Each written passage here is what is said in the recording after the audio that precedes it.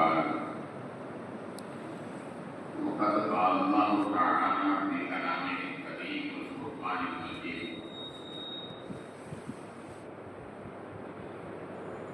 أعوذ بالله من الشيطان الرجيم بسم الله الرحمن الرحيم قالوا إنا تطيرنا بكم لئن لم تنتهوا لنرجمنكم وليمسنكم منا عذاب أليم قالوا طائركم معكم صدق الله مولانا العلي العظيم اللهم صل على سيدنا محمد شمس الأنبياء وبدر المرسلين وكتب الأولياء واختصار المتقين عاقل أمة شفيع المذنبين شفيعي يوم القيامة يا الله يا آمين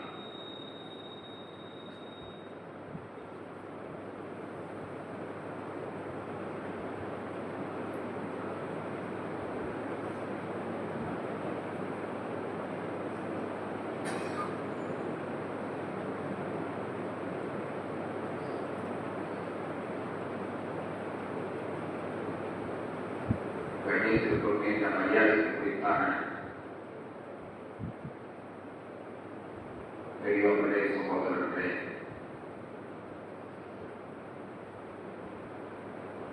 அல்லாஹ் suffer மாதத்தினுடைய மத்திய பகுதியில் நாம் வாழ்ந்து வருகிறோம்.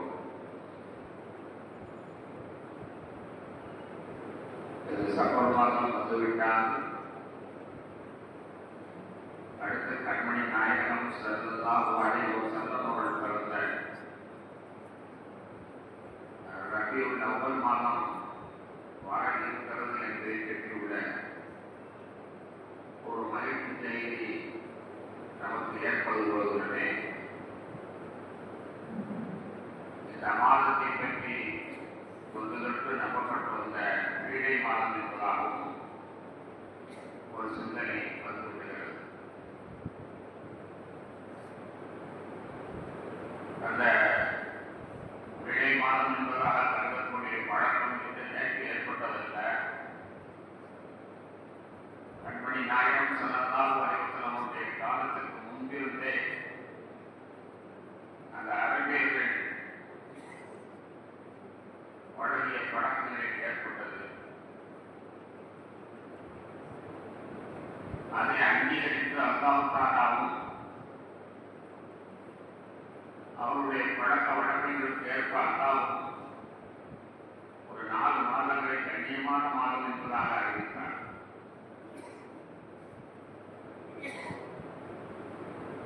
துல்கஅதா, துல்ஹஜ், முஹர்ரம்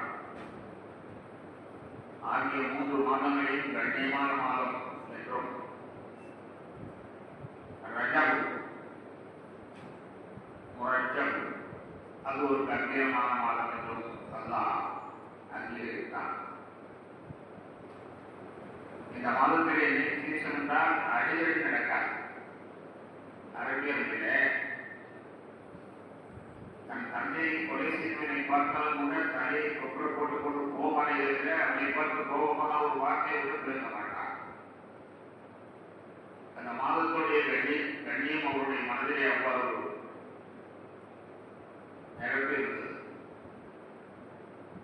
இந்த 4 மாதங்களிலேயும் வலிவர்கள் கிடையாது, பலிமை கிடையாது, எல்லாமே அன்புதான் என்று அவர்கள் கொள்கையில் நீரை வழங்கி வருவார்கள். அப்படியே தான் செய்து வருவார்கள். அப்படி இருக்கக்கூடியவர்கள் முஹர்ரம், சஃபர், ரபீஉல் அவ்வல் என்ற 3 மாதங்கள் முடிந்த உடனே, சஃபர் மாதம் உதித்த உடனேயே அவருடைய பழைய வெடி தலைக்கேறிவிடும். சஃபர் மாதம் பிறை ஒன்று மாட்டால் ஒரே வெற்றி கூட்டார்கள்.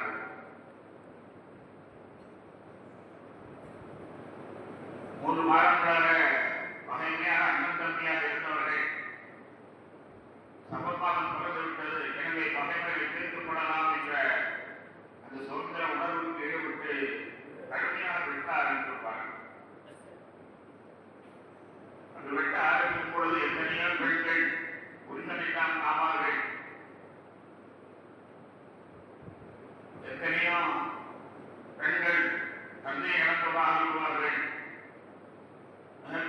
பரிதாபகரமாக அந்த சபர் மாசம் இருக்கும். அதனால் அதிலே சபர் வந்துட்டாலேயே வெட்டுக்குத்து வீடு ஏற்பட்டு விட்டது என்பதாக அங்கு அவர்கள் வழங்கினார்கள். அந்த பழக்கம் தோன்றுகின்ற சபர் மாதத்தை ஒரு அடிதடிக்காக வேண்டி கொலை ஒழிக்காக வேண்டியும் வழிவாக்குவதற்காக மாதம் என்பதாக நினைக்கப்பட்டது. அது தொன்று பழக்கத்தில் இருந்து வந்தது. அப்படியே வரும்போது இஸ்லாமியர்களுக்கு அங்கு ஒரு நிழல் ஏற்பட்டது. கண்மணி நாயகம் ஸல்லல்லாஹு அலைஹி வஸல்லம் அவர்கள் வண்டியில் பிறகு 12 வஃபாத்தாகிவிட்டார்கள். வஃபாத்தானாலும் அவர்களுக்கு அந்த உடல் கடைசி காலத்தினுடைய நோய் சபர் மாதம் கடைசியிலே தோன்றிய முதற்கடலிலே தோன்றியது. 17 நாட்கள் அவர்கள் உடல்நலம் இருந்தார்கள். எனவே முதலாக அவர்கள் பாதிக்கப்பட்ட நாள் ராஜமந்திரம் போது நடைபெற்றுக் கொண்டிருந்த பெருமாள் அவர்கள் சுருட்டுப்படுத்தக்கூடிய அந்த நிலை வந்தவுடன் அதான் முஸ்லிம்களால் தாக்க முடியவில்லை. எனவே இந்த சபர்மாதம் கடைசியுடன் ஏன் வந்ததோ தெரியலையே, அதனால சவாய்கள் கண்மணி நாயகம் ஸல்லல்லாஹு அலைஹி வஸல்லம் ஆகிவிட்டார்கள் என்ற ஒரு நம்பிக்கையும் அது சஹாபாக்களுக்கு கிடையாது.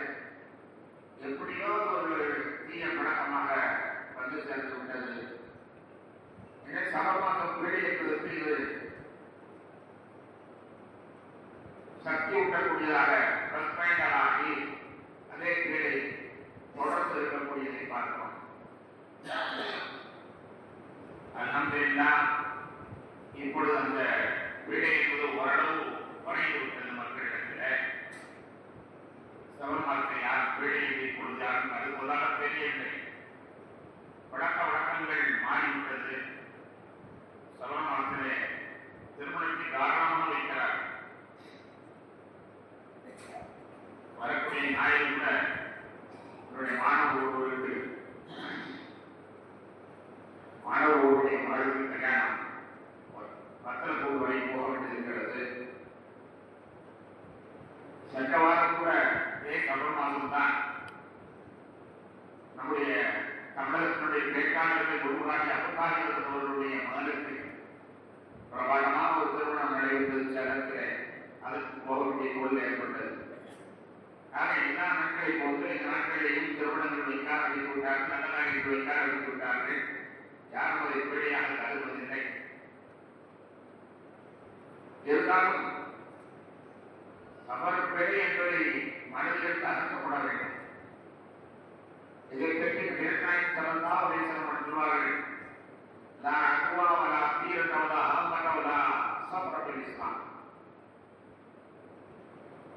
இஸ்லாமுடைய அடிப்படையில் தொற்றுநோய் என்பது கிடையாது. தொற்றுநோய் என்பது கிடையாது. ஒரு காலத்தெல்லாம் தொற்றுநோய் இருக்கிறது என்று சொல்லிக் கொண்டிருந்த அறிவியலால் இப்பொழுது தொற்றுநோய் கிடையாது என்று சொல்லிவிட்டார். தொழுநோய் தொற்றுநோய் என்ன? தொழுநோய் தொற்றுநோய் என்ன? அதாவது ஏற்று நோய் தொற்றுநோய் என்ன என்று பிரச்சாரம் ஆரம்பித்து விட்டார்கள். அறிவியலுக்கு நமக்கு கவலை இல்லை. ஏனென்றால் ஒன்று சொல்வார்கள், பின்னால் ஒன்றை சொல்வார்கள். ஆரம்பத்தில் ஒவ்வொருத்தருமே நம்ம குழந்தை உண்டாயிருவோங்கிற பயத்தில் தப்பு பண்ணாமலே நாங்கள் பெண்கள் இருக்கிறோம். நம்ம தப்பு பண்ணிட்டா குழந்தை உண்டாயிரும், குழந்தை உண்டா உலகம் தெரியுமோ என்று பயந்துட்டு கற்பை காத்துக் கொண்டிருந்தார்கள் பெண்கள். ஆனால் கருவை மாத்திரை கொண்டு கரைச்சல்னாங்கிற கண்டுபிடிச்சு அனுபவிச்சதுனால இப்ப என்ன ஆயிப்பட்டா எல்லாருமே கரைக்க ஆரம்பித்து விட்டாங்க. கருவை கரைக்க வழி சொன்னது அறிவியல் தான். ஆனால் இப்பொழுது என்ன சொல்றது? கருக்கலைப்பு தாய் நிலத்திற்கு கேள், கருக்கலைப்பு தாய் நிலத்திற்கு கேள் என்பதாக இப்பொழுது மாற்றிக் கொள்ள ஆரம்பிக்கிறார். ஒரு காலத்தில் மனிதன் குறைந்திருந்தது, வடக்கிலிருந்து 14 இப்பொழுது 10 14 மாற்றி இருக்கிறார்கள். முன்னெல்லாம் எல்லா மரங்களையும் ஊர்கட்டோறும் மரங்கள் தான் இருந்தது, வீதிகட்டோறும் மரங்கள் தான் இருந்தது. அது வெட்டி சாய்ந்தவர்களே அரசாங்கம். இப்போது என்ன சொல்வது? வீட்டுக்கு ஒரு மரம் வளர்ப்போம், வீழ்புட்டம் மழையை பெறுவோம். இப்படி அரசாங்கம் அறிவியல் மாற்றிக்கொண்டே இருக்கும். ஒரு காலத்தில் தொற்றுநோய் என்று சொல்லிக் கொண்டிருந்தவர்கள் இப்பொழுது தொற்றுநோய் இல்லை என்று சொல்லிவிட்டார். ஆயிரக்கணக்கான ஆண்டுகளுக்கு முன்னாடியே நாங்கள் அதைத்தான் சொன்னோம். நீங்கள் தானே இதை கேட்கவில்லை என்று நபிகள் தொற்றுநோய் என்பது கிடையாது. தீர்ந்த பறவை சாசனம் என்பதும் கிடையாது. பறவை சாசனம் என்றால் அந்த யாராவது வெளியூருக்கு புறப்படக்கூடிய அந்த நேரத்தில் ஒரு காக்கா வந்து வாசல் வந்துச்சுன்னா அது இவர் போகக்கூடிய திசையில் பறந்தால் தாக்கி வெற்றியா உட்கார்ந்து காக்கா எதிர் திசையிலே பார்த்தால் வெற்றி ஆகாது, எதிர் திரும்பி வந்து விடுவார். இப்படி பறவை சாசனம் அதுவும் கிடையாது. இஸ்லாமில் நம்பிக்கை இல்லாமல் பலகீனப்பட்டவர்கள் கண்டதையெல்லாம் ஒரு காரணமாக வைத்து அதை காரணம் காட்டக்கூடிய நேரத்தில் நீ அல்லா ஒருவனை நம்பு, ஒன்று வேண்டாம், வஜிரப்பட்டு தொழுதுட்டாங்க. அன்னைக்கு எல்லாமே நல்லாங்க. மண் சல்ல சூட பவக்கி நிற்பதில்தான், மண் சல்ல சூட பவக்கி நிற்பதில்தான்.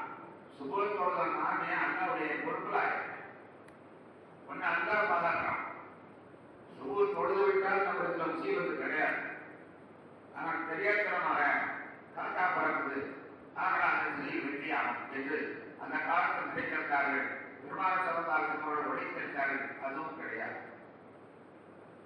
ஆமாட்ட ஆந்தை சவனம் என்பதும் கிடையாது. இப்பொழுதெல்லாம் ஆந்தைகளை பார்க்க இருந்த முக்காலெல்லாம் ஆந்தைகள் இருப்போம். ஆந்தைகள் வீட்டில் வந்து அழுதா அன்னைக்கு மரணம் வரும். ஆந்தைகள் வீட்டில் வந்து அழுதால் மரணம் வரும் என்று ஒரு மூட நம்பிக்கை. அந்த மூட நம்பிக்கை தெரியாது என்று மூட்டை சொல்லிவிட்டு கடைசியா பெருமான சொன்னார் மதாசாமர இஸ்லாம். இஸ்லாமுக்கு சபமாக்கும் பேடு என்பது கிடையாது என்ற அழுத்தம் திருத்தமாக அந்த கால பழக்கவழக்கங்களை உடைத்திருந்தார்கள். தொற்றுநோய் என்பது கிடையாது, பறவை சாஸ்திரம் என்பது கிடையாது, ஆதை சமதகனம் என்பது கிடையாது, இஸ்லாத்திலே சபரம் என்பது கிடையாது. ஆக தவறான நம்பிக்கைகள் எதுவும் அது நமக்கு எளிதில் தராது என்று பெருமானார் சொன்னதாலும் மூட பழக்க வழக்கங்களை உண்டாக்கினார்கள். ஆனால் இது பல சகோதரர்களே மொழி பழக்க வழக்கம் இன்றும் பின்பற்றப்படுகிறது. பள்ளி சாஸ்திரம் இருக்கிறது. தலையிலே பைய விழுந்தால் மரணப்படும் என்று நம்பிக்கை. ஒரு நாள் அதை பார்த்து நம்ம அம்மா ஒருத்தர் கேட்டு விட்டாங்க, என் தலையை பண்ணி விழுந்து என்ன செய்யறது? பள்ளி கிளீன் பண்ணிருக்கும் போது அதை கழிவு நான் பழு விடுச்சு. பள்ளி தலையில் வந்தால் அதற்கு மரணப்படும். இந்த பள்ளியால் தான் பள்ளி சாஸ்திரம் பெரியது. முகத்தில் விழுந்தா என்ன, கையிலே விழுந்தா என்ன, வலதுகையில வந்தா என்ன, விவசாயில வந்தா என்ன, சில காரணத்தில் உள்ளதை பதிவு பண்ணி வைத்திருப்பார்கள். இப்படியான மூட பழக்க வழக்கங்களை உடைத்து கண்ணியத்திற்குரிய குடும்பங்களை மனிதனுக்கு என்ன எதையாவது சொல்லுவோம், சொல்லிப்பட்டு முடியலன்னா மறந்துடும். அது நான் ரொம்ப ரசித்து சொல்வது ஆடி கழிவு. ஆடிக்கழிவு, இந்த ஆடி கழிவு ஒரு காலத்தில் பணத்தை எப்படி இருக்குன்னா, ஆடி மாசம் கல்யாணம் கொடுத்தா முதல் இரவு ஆடி மாசம் கொண்டாடுவாங்க. கொடுத்த உண்டான 10வது மாசம் சித்திரை மாசம் பிறக்கும். சித்திரை மாசம் ஒரு பையன் பிறந்தான்னா மிக பெரிய கிருஷ்ணனா இருப்பான். அதனால சித்திரை மாசம் பிள்ளைய பெற விடக்கூடாதுன்னு காட்டி ஆடி மாசம் கழிவு என்று கழிவு, ஆடி கழிவு என்றால் கழித்தார். ஆடி மாசம் கல்யாணம் வைக்கப்பட்டாங்க, எழுந்து வைக்கப்பட்டார். ஆடி கழிவு இவங்களாம் நினைக்கிறது கரெக்டா ஆடி மாசம் கல்யாணம் கொடுத்தாங்கன்னா உடனே சித்திரையில் பெயர் பெறுவான். சில பேர் 3 வருஷத்துல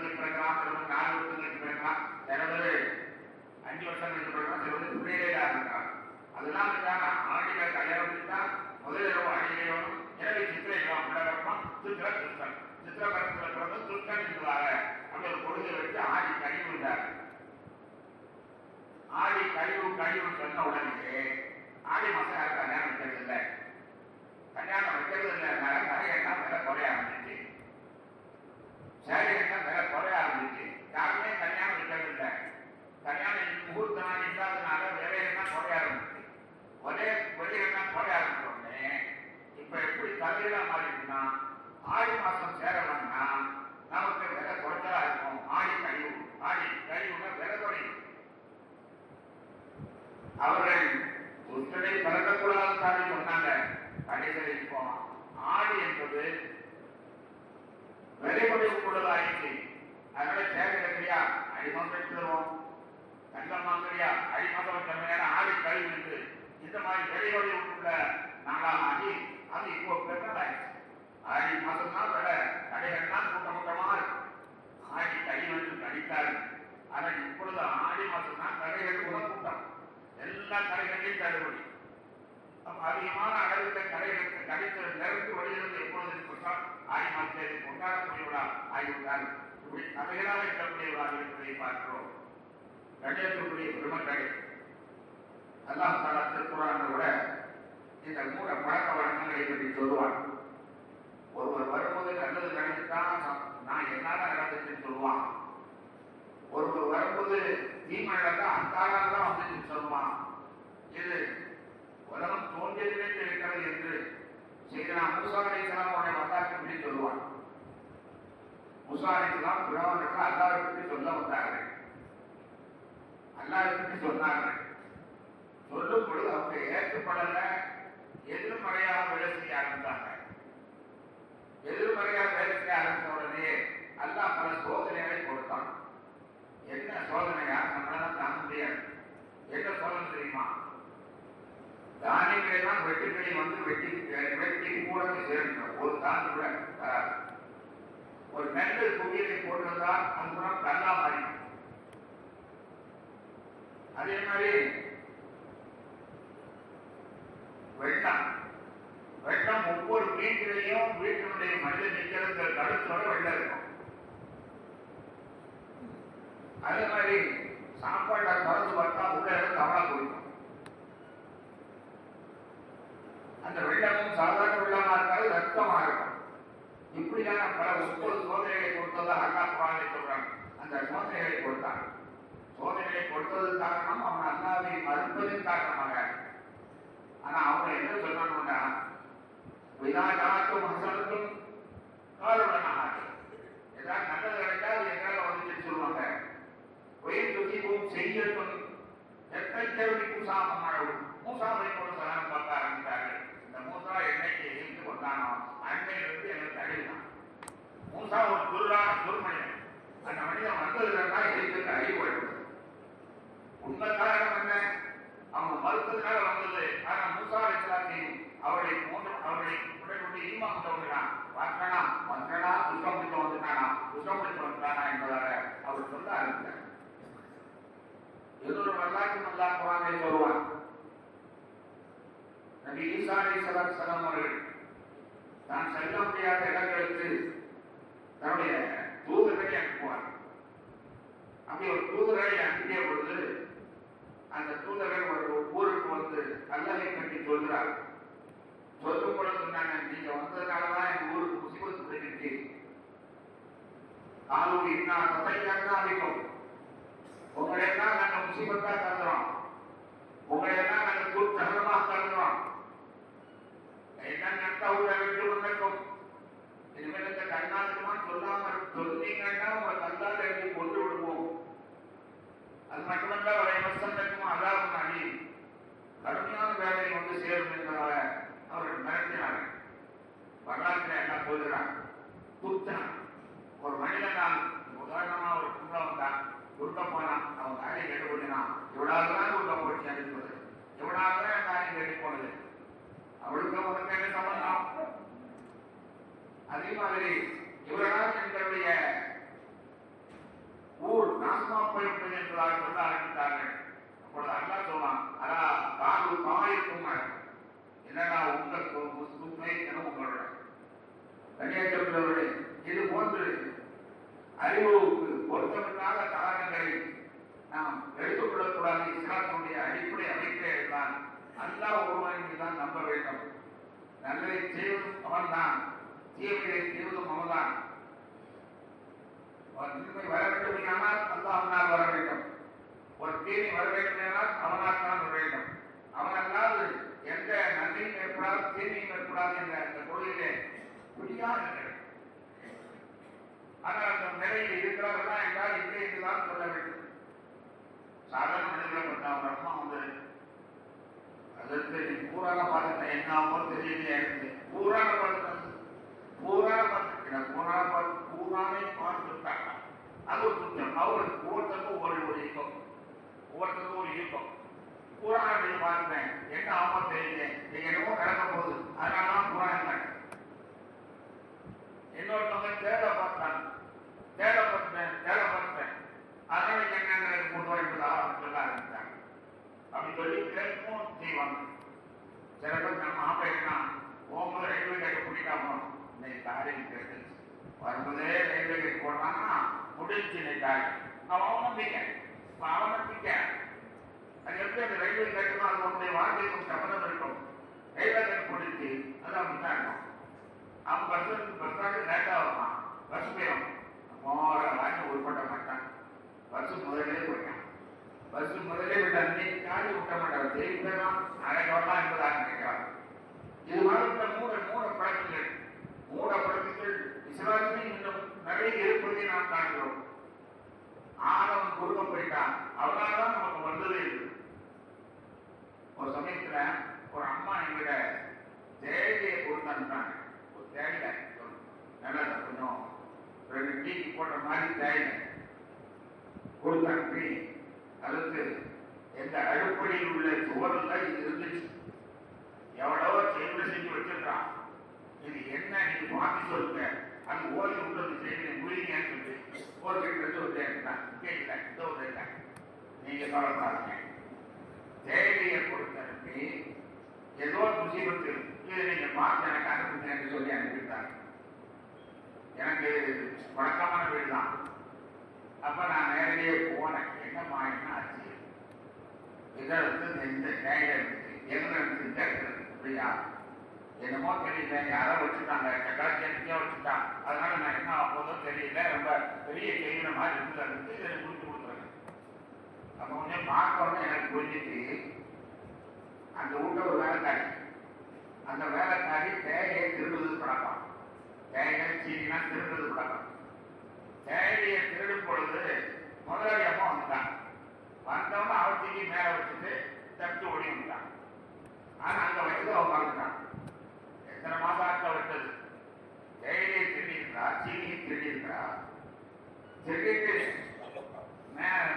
முதலாளி அம்மா வந்த உடனே அப்படியே சீனி மேல வச்சுட்டேன். இதுதான் நடந்தது, வெறும் தேவையில.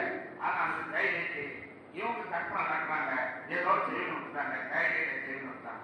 ஒரு முட்டை தப்பாக்காங்க கூட, ஒரு கோழி எங்கேயோ முட்டை முட்டை முடிச்சு அந்த குடும்பமே நாட்டியானதாக அவர் நினைத்து கொள்வார்கள்.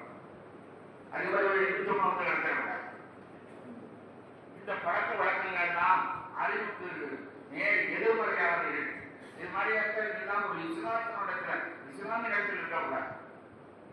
வையத்துக்கும் அசலத்தும் உங்கள் நன்மை ஏற்பட்டால் அது அல்லாஹ்வால் வரும், தீமை ஏற்பட்டால் அல்லாஹ்வால் வரும், வேறு எந்த காரணமும் காரணம் அல்ல. எனவே துர்க்கணம் என்பது நம்மிடத்துல எந்த வகையிலும் ஏற்படக்கூடாது என்பதை நபிகள் ஸல்லல்லாஹு அவர்கள் நமக்கு விளக்கி தந்திருக்கிறார். ஆனால் அதே நேரத்தில் நல்ல சமூகத்தை பார்த்து இஸ்லாம் அனுமதி கொடுக்கிறது. நற்சமூகம் சாதாரணமாக நல்லது சமூகம் ஏற்பட்டால் இவர் வந்தாரு, அதனால நீ காரியம் நல்லா நடக்கும் என்று சம்பளம். நபிகள் ஸல்லல்லாஹு அவர்களுடைய எந்த ஊருக்கால் போனாங்கன்னா அந்த பாம்பு சட்டம் கேட்டு வைங்க, சொல்ல சம்பவத்தை ஒரு ஊருக்கு அவர் போகும் பொழுது அந்த ஊர்ல பாம்பு சட்டம் கேட்டிருந்தா பெருமாள் ஸல்லல்லாஹு ரொம்ப மகிழ்ச்சி அடைவார். அந்த மகிழ்ச்சி என்ன லட்சம் நல்லது நடக்கும்.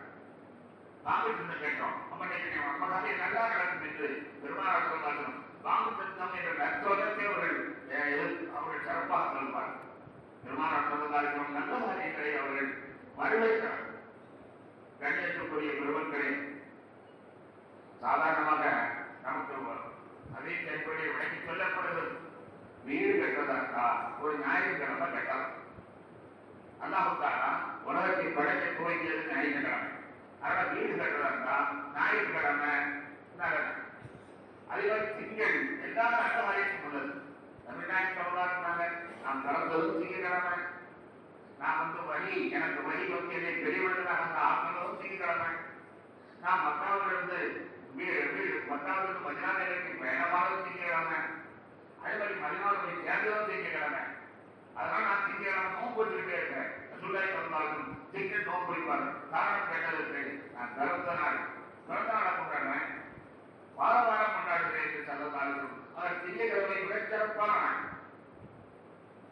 நம்ம இப்ப எல்லாருக்கும் ஞாயிற்றுக்கிழமை ஒன்லி ஒன் ஞாயிற்றுக்கிழமை. அது துருக்கமா இருந்தாலும் சரி, துருக்கம் அலாரமா இருந்தாலும் இந்த ஞாயிற்றுக்கிழமை தான் பறக்கத்தான நாள். சரியான காட்சி எல்லாமே இருக்கிறோம். ஆனா அதுல அவர்கள் திங்கட்கிழமையை பறக்கத்தான நாளாக கருதினார்கள்.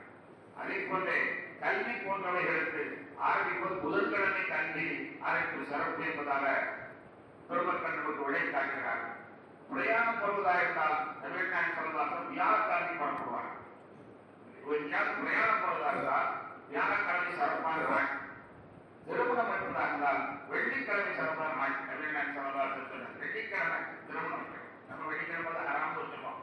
ஏன்னா ஜும்மா நாட்டுக்கு விருது வைத்தவங்க அது விருது சம்பாதிக்க முடியாது, வைக்க முடியாது. அதனால வெள்ளிக்கிழமை ஆரம்பம் வச்சிருக்கோம். ஆனா வெள்ளிக்கிழமை சந்தானம் என்ன சொல்லுவாரோ தெரியுமா?